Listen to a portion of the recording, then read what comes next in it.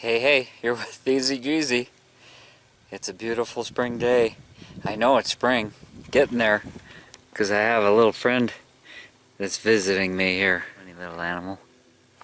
Oh, set it free here. That was in my kitchen. I saw a huge black fly the other day. Well, here's the what do I call it? My dream engine. My 2110 Dream Engine, still alive and running today. I put it in the Baja while I'm doing this build. I don't generally run it on the street full time, and there's a lot of reasons for that. It's hard on the engine, it's hard on the car.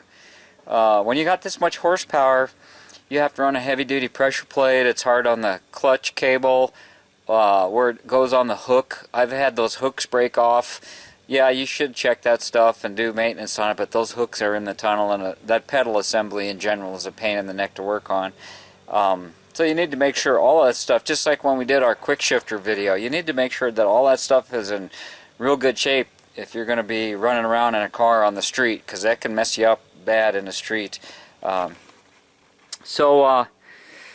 I told you in the video what this thing was. It was the 82 Scat crank with the H-beam rods, and I'm running 40 Delorto swap meet carburetors on there. They got the 34 Venturis in them, and what else is on here? You got the Berg equalizer pulley, and this is a big no-no. You should never run these heater boxes with big valves, according to Berg.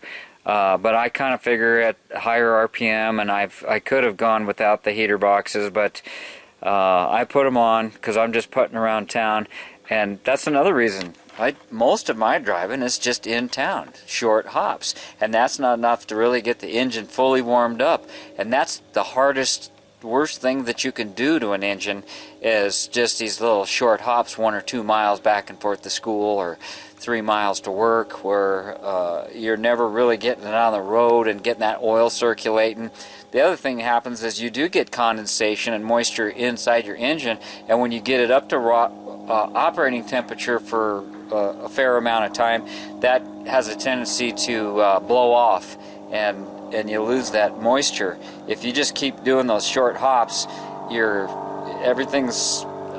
nothing's tuned up right. It's the worst thing you can do to an air-cooled engine, because you should let it warm up completely.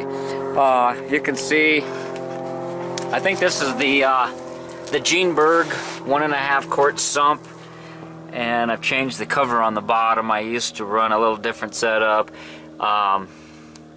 Here's the Berg cast oil pump cover. If you look in there, you can see a thermostat. Yeah, I used to run that thermostat on the sand dunes. I had these special covers that went in place of the heater boxes, so it channeled the air back here. And all the guys told me I was nuts for running all that stuff and getting the sand in them, but you could see it stays clean, and it wasn't always perfectly clean. I did take it to the car wash a few months ago, so you know, I wouldn't be taking a video of it if it was just a gob of garbage, would I? So I have a problem with these oil lines here. This isn't just heater hose. These are special transmission hoses or something, I can't remember. And I just cobbled up this oil filter on here temporarily because I'm running this kind of exhaust, and it's expensive for that oil line, and this is all temporary. I haven't figured out a good way to hang it on the side of the car, and out in the sand dunes, a lot of us used to wear the little filter that comes off the side that they always tell you not to use. This is not a sand sealed pulley, so I left the tin down here because when we were dragging ass around the sand dunes, I thought maybe it would help deflect some of the sand away, and it's still running 20 years later, so must be doing something. I'll pop the valve cover and let you take a look at the valves. I should probably run the valves and do a valve check since it's cold first thing in the morning.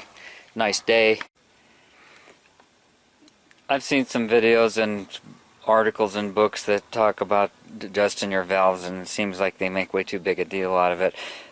What I do is I just get a hold of my crankshaft bolt here on my pulley. I've marked my top dead center and bottom dead center with a magic marker so I can clearly see it. It's got to line up with the seam in the case or close enough. You just want to make sure whichever cylinder you're checking the valves are closed. I don't make a big deal about going around to number 1, doing it 1, 2, 3, 4. Bullshit. The firing order is 1, 4, 3, 2, and where I pop the distributor cap, and wherever the rotor's pointing, that's the one I start with. So no sense. This thing's got double springs on it and high compression, and it's a pain in the neck to turn over anyhow. And so you've got your little line on your distributor. Your distributor should always be, number 1 should be close to this fuel pump bolt here location, and so it looks to me like we're pointing at number 3. So we just take a screwdriver, make sure there's not a lot of dirt and crud in there, and then we just pop the bail. And I've got this stupid temporary bracket in the way for my oil filter, and then this is always a little bit of a mess. I make sure I do it in a clean spot where it's not dry, and there you can see it. There's my Autocraft solid rocker shaft, and it's tight. You can see the shims. Oh, here's a loose washer. I'm one of those guys that had a clatterbox, and I'm glad I learned different from well, I can just barely feel that one. But that's number 3, the one we'll start with. Now, a lot of times, I don't know if you can see the edges of these. These are chromoly push rods, and I believe they're Bergs. And the if you can turn it on a race engine for race day or a week on the sand, now I can tell this one's going to need adjusting, and it's got side play in it. I always thought that there was heat and expansion lengthways in the rocker shaft, and I was afraid to get it any tighter, but now that I've watched Darren's videos, I know that you can snug that up and you won't have a clatterbox. But I got to get my feeler gauge, and these use a set screw. This is much preferred over a screwdriver slot, and these are just standard 1-to-1 ratio rockers. And this thing is 20 years old, and it looks pretty damn clean in there, don't it? Yes, sir. All right. Let me set you up, and I'll get you a different angle here. Down. I thought it was, there's my, these got the Berg swivel foot rockers on them. And you can see the CB punched in the head there. These are the old 4 Magnums, old ones. And I thought this exhaust valve on number 3 might have been a little... It's not loose that way, but you know what? I'm tempted to add a shim on the end just to close that up, because that's exactly what Darren was talking about, and I do listen to what you say, Darren. So I was just kind of running them, and here's a 3/1000 feeler gauge. Okay. It's nice, just a snug fit, and that one is a number 3, and the book calls out 6 for this cam, but I diligently check these things. It's just nothing to just do this and check it once in a while, and I don't run a huge lot of miles. Now, if I was going to jump on the road for a 1,000-mile trip, I might go ahead and open that up to 6, like the book calls out.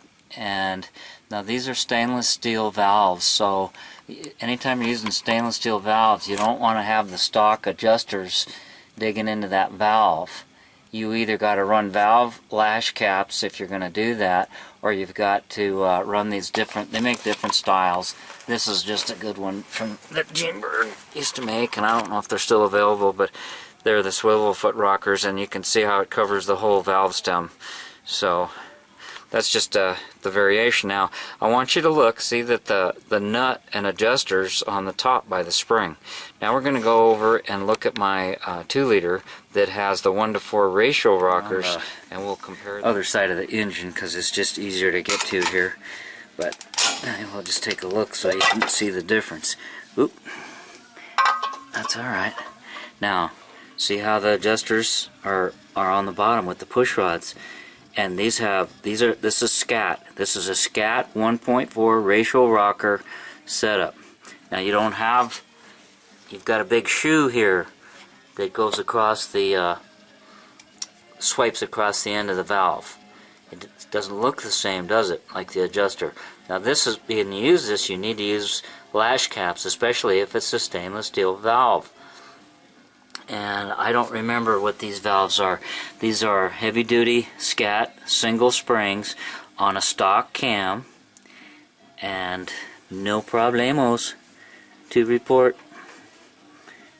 And this is a aluminum case.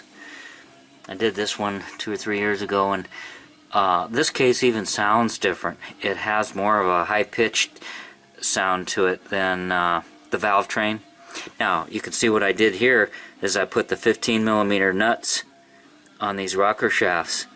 The other ones, it's the same bolt size, but the head of the bolt, see how this covers up more? There's a lot more going on here than meets the eye when you've got the ratio rockers. And I noticed on the first setup on the 2110, I didn't have that. I've been running it all these years with the 13mm wrench size nut. The stud's the same, but the wrench size, that nut is smaller, but it's a grade 8 nut, and it's lasted all these years, so I'm not going to change it now. And this has the Scat. Okay, I don't know if you can see that. The Scat May West ends. They have that funny little bulb on the end of it. Fits in a socket for your adjuster. And I'm telling you, these things are sensitive. You just barely turn the adjusting screw and tighten down that lock nut, and you've changed it a lot compared to the 1-to-1. Okay? So just a little comparison between the 2110 and the 2-liter. Okay, after all these years of running it this way and listening to that clatterbox, I was able to add one full shim. I had the collection from different rocker arm, solid rocker shaft setups that I'd built before. I've showed these to you before. Here's the spring clips, and you can see the wear on the edges of the spring. I'm sure you can see the little shiny spot. Now, I put this in there, and the rocker shaft did move, but I went down to a 1,500 feeler gauge, and I couldn't get that in there, and that is number 3, which has a tendency to get hot, and the rocker shaft is all loaded up with the springs and stuff in there. So what I've done is I've taken this machinist hone. This is just a hone stone like you have to sharpen your knife, and you can see just by honing these things, when they punch these little washers out, it's just a sheet, and they stomp them. They're just stamped out, just like snap rings on a piston. And I don't know anybody anal around here that would go through this much trouble, but you could take your piston rings, because you'll be able to feel which side is smooth is the side that it went down from. This is the smooth side, and this side has more of an edge on it because where it pulls through from the dies as they make these things. So now we'll put it back together and see how it feels and looks. Alright, we're looking at it from the ground up, groundhog style. Now, first time I put it together, adding that extra 18 thousandths, that's what a clatterbox this thing was. It was with great difficulty, and I can't even see it, but I can feel it with my hand, and hopefully the camera's going to pick it up. Now, I can turn it, after sliding it back and forth on that hone, I still can't get the 1.5 thousandths feeler gauge between those. But there's a that turns all the way around. And I'm sure once that warms up and gets a little lube on it, a little more lube, it's going to feel alright. And then, if I'm really worried about it, I'll, while it's warm, pop the valve cover off and put my finger right here and sample a different one. Or maybe I could shoot it with my infrared gun, and if this rocker arm's running hot because I've got too much, not enough clearance. Everything that has to do with metal expands and contracts, so I have a tight clearance here, but this rocker shaft goes lengthways, and if it's going to grow, even though it has these studs holding it to the head, it's going to grow. So just doesn't necessarily, although it could, doesn't necessarily mean that this is going to close up and get tighter and want to seize. But you don't want to create a friction point either, and a hot spot either. Sometimes things will wear in. Sometimes you're just adding more stress to things. Now, it's extremely difficult to use a 1.5 or 1/1000th feeler gauge. I don't know what the human hair is, but this thing is nothing. It's so easy to make it crumple. Let me see if I can do it on camera here. See if I can fit that in there somewhere. I was hoping I could get it to hang, but it's just so pissy weak. See, I got it started. I don't know if it'll... I felt it. I don't know if you could see it. But what we used to do, what I would do for a week of this hand, this is number 3, top dead center, firing position. As long as I can spin this chromoly rod, I know that I'm safe, that valve is all the way closing. The whole purpose of this is you want the valve to close all the way. If you're not allowing the valve to close, and this clearance will go away because either the valve will sink into the head, or the characteristics of your engine are such that it will tighten up, and then it loses some sealing. Now, one of the ways you can tell if your cam is going away, now you remember inside the engine, there's 8 valves, but there's only 4 cam lobes. So the other exhaust on number 1 on the other side of the engine is using that same cam lobe. If that cam lobe or the lifter's having a problem and wearing down, and you have excessive play and you're always adjusting this valve, you either have a problem with the head, the seat, the valve, or the cam lobe. And if it's on both sides, that's a dead giveaway that you got a lobe that's going away.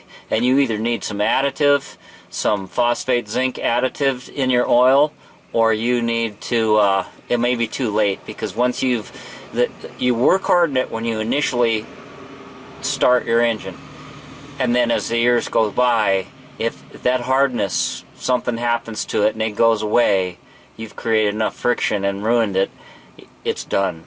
And you might as well just, it doesn't take long. I've heard of guys on new cams go away in 20 miles. It just started clattering so bad they shut it off, and then they realized that, you know, it never heat treated itself. So, and you can see what I was talking about here, the smaller nuts. But these been on here for 20 years. They've been proved the test of time. But on the other engine, I used bigger headed nuts. Those are the head bolt nuts, the same ones that hold your heads on. See underneath here? Where's the head bolts? Trying to see it in the camera. See these 2 head bolts? Those have the big 15mm wrench size, but it's still an 8mm stud, same as this. But what you want to do is get a couple extra nuts, 4 of them at least, and put them on your rocker shafts if you're using double springs. And this engine, I don't know if you can tell, this does have an inner and an outer spring. I don't know if you can see it, but it's there. They're the Berg retainers, keepers, and springs. Time tested, baby. Good shit. Expensive, but worth it. Wished I'd have bought more. And I want to thank my father for leaving me those stones, and I want to thank Darren for clarification on that. Now see this one turns real easy. Same thing on this side with cylinder 2. Took me about 5 times to get it where I could catch it. Alright, we'll see if the old 2110 will fire up, sound like a clatterbox. Thank you, Darren. I took up 10,000ths per corner.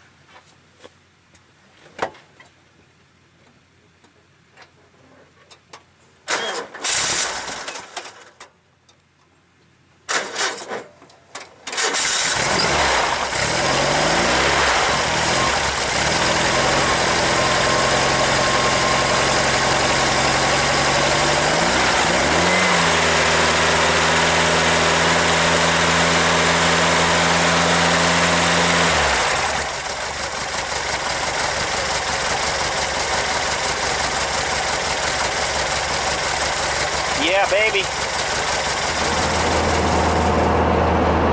we're just gonna go around the lake. No big deal. You guys have actually been for a lot of rides with my 2110. You just didn't know it.